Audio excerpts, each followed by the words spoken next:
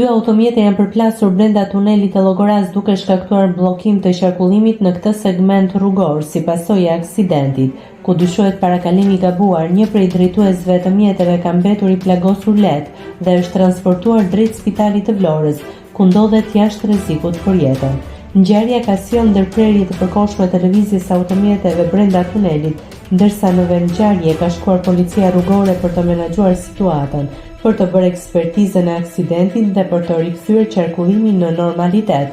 Shkaqet e përplasjes mendohet parakalim i gabuar, ndërkohë që policia po punon për zbardhjen e plotë të rrethanave të ngjarjes.